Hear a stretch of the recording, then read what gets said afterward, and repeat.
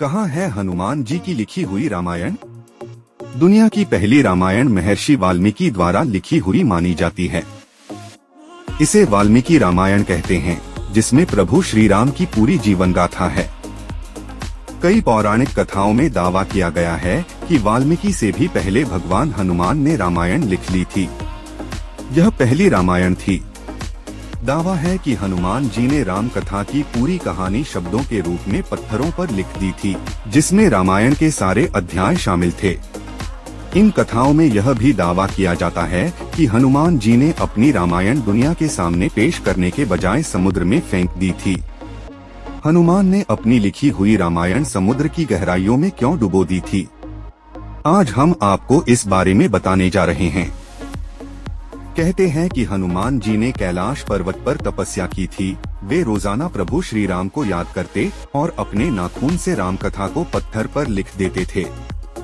हनुमान जब कैलाश पर्वत पर राम कथा लिख रहे थे, ठीक उसी समय उत्तर प्रदेश के मौजूदा बिठूर में महर्षि वाल्मीकि भी रामायण लिख रहे थे।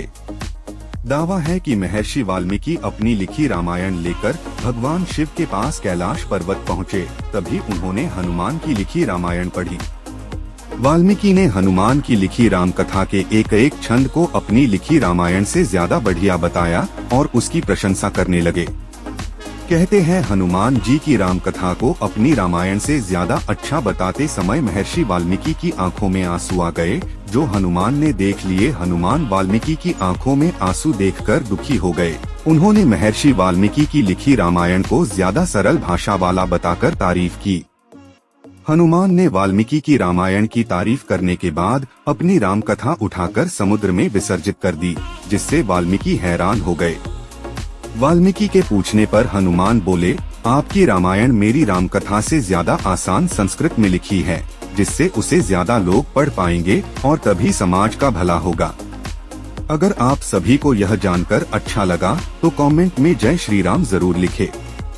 ऐसी और जानकारी के लिए वर्ल्ड टॉक को सब्सक्राइब करें।